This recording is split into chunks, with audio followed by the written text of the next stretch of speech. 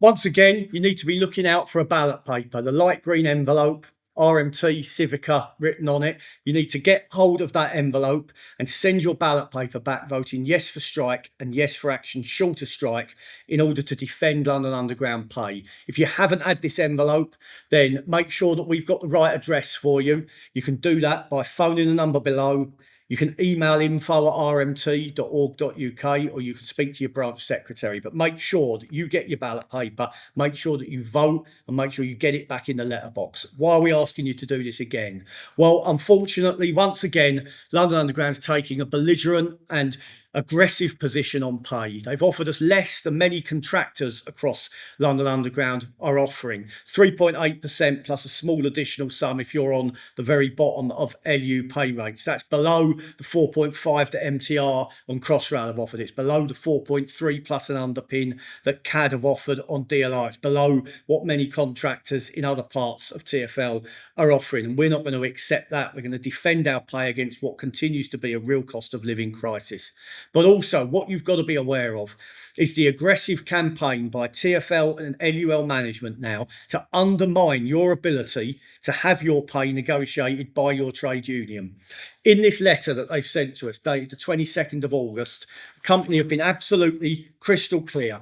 They say that throughout these discussions, we've been clear that salary bands and pay ranges are not in scope of negotiation and will not automatically move with any pay award. They also say eligibility criteria for the base pay increase will be set out in business rules for these frameworks. These business rules and these pay bands will not be negotiated. They've been absolutely clear about that. Instead of negotiating, what they say is that they're going to use external benchmarking. This is the presentation that they gave us at TfL Company Council back in July. It explains that they will compare LUL salaries with salaries in low wage retail and other sectors across the country, and they will decide what the maximum is that they're prepared to pay people for any particular type of role in TfL. If the negotiated pay rise with the unions takes your salary above that limit, they'll refuse to pay it to you. That's what they're saying.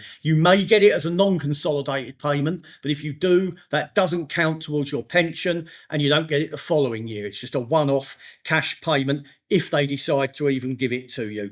Then they say that they're going to impose business rules. They won't be negotiated either. They include clauses like if you moved within the last year, you don't get the pay rise. We cannot have a situation where we negotiate pay for London Underground members and then the boss comes along and says, well, actually, I'm going to decide whether this person gets that pay rise or not. When we negotiate, it's for everyone together.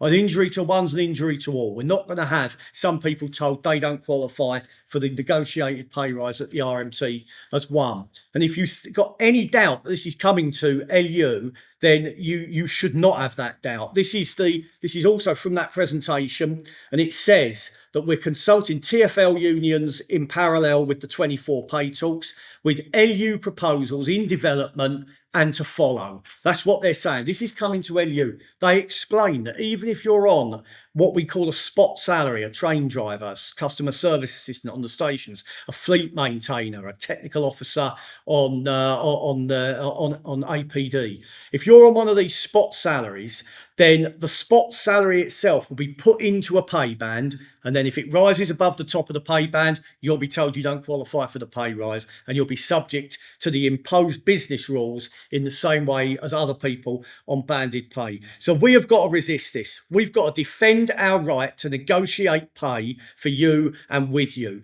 That's the way that we've been able to defend LU pay up to now. It's the way we're going to continue to defend LU pay. Last year, we had to put on a weaker strike action, and you'll remember that at the 11th hour, the Mayor realised that it was much more sensible to settle a fair pay claim with us than to take the costs of a weaker strike action in London. We don't want a weaker strike action. We don't want you to lose your money. You don't want to lose your money. But if we have to do that to maintain our right to negotiate pay going forwards and to get a fair pay settlement for this year, then we will. And we need you to send the ballot paper back. We need over 50% of votes to be counted. So look out for your ballot paper. get it back. Solidarity. Let's fight for a consolidated pay rise for everyone in the collective bargaining unit. Every RMT member and LU deserves a pay rise.